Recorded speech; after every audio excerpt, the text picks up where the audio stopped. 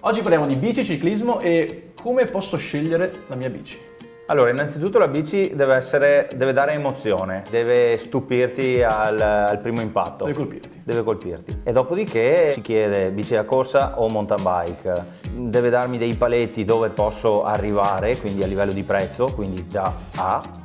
E lì comincio un attimo a scremare, a capire cosa posso proporre. Quindi come scelgo i vari punti, tipo telaio? Il telaio, adesso come adesso, il mercato richiede il carbonio. Cambio? Ci sono 3 grossi produttori: Campagnolo, che è italiano, di Vicenza, SRAM, che è americano, e Shimano, giapponese. Le ruote? Quasi sempre con ruote alte in carbonio oppure ruote basse per trovare un peso, quindi una bici leggera. Troviamo manubri e selle in carbonio, portaborracce in carbonio, pedali di varie marche e soprattutto adesso stanno andando i GPS, Garmin, Brighton. Come lo vestiamo questo ciclista? Gli accessori oltre alla bici? Accessori, scarpe, completino, casco, calzini e occhiali. I costi si può andare da un minimo di 1.500 la bici più aggiungiamoci un altri 200 euro fino ad arrivare a biciclette da 12.000 euro e da lì quindi l'accessorio